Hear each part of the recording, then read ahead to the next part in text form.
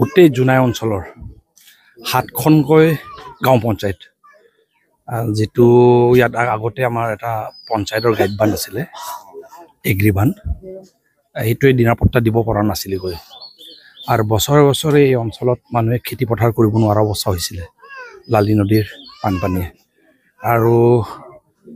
বছৰত কেতিয়াবা ইয়াতে ইয়াৰ মানুহে কেতিয়াবা আমাৰ জোনাই টাউনৰ ৰিলিফো খাবলগীয়া হৈছিলে ৰিলিফ কেম্পত থাকিবলগীয়া হৈছিলে মই মুখ্যমন্ত্ৰী আমাৰ ডক্টৰ হিমন্ত বিশ্ব শৰ্মা ডাঙৰীয়া আৰু জলসম্পদ বিভাগৰ মন্ত্ৰী পীযুষ হাজৰিকা ডাঙৰীয়াক ধন্যবাদ জ্ঞাপন কৰিছোঁ ইয়াত এটা দীৰ্ঘদিনীয়া আজি ভাৰত স্বাধীন হোৱাৰ ৭৫ বছৰৰ পাছত এটা যিটো আশা আছিলে এটা শক্তিশালী মথাউৰি যোৱা বছৰ আপোনাৰ 42 কৰোৰ চেংচন দি মেলি 15 কিলোমিটাৰৰ যিটো আধুনিক এটা পদ্ধতিৰে জিঅ' টিউব লগাই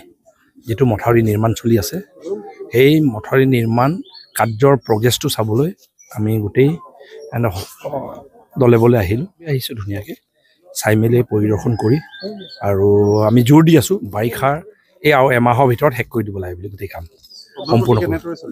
এতিয়া আমি যেটো ৰিপৰ্ট বাৰে বাৰে পাই আছোঁ ফেজ 2 ফেজ 3 ফেজ 4 তিনিটা ফেজ আছে এই তিনিটা ফেজৰ প্ৰগ্ৰেছ খুব ভাল আৰু ফেজ দুটা ফেজটো সম্পূৰ্ণ কমপ্লিট হৈছে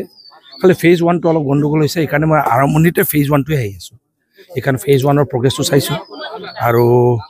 তেখেতসকলক মই এতিয়া ডিপাৰ্টমেণ্টক কৈছোঁ ফেজ 1 সোনকালে কমপ্লিট কৰক অলপ লেহেমীয়া হৈছিলে কিন্তু আজি কাম বন্ধ আছে মই চাইছোঁ যে ইয়াতে মাটি কটা জেগাটোত পানী হোৱাৰ কাৰণে আজি পেলাব পৰা নাই বুলি কৈছে তথাপি মই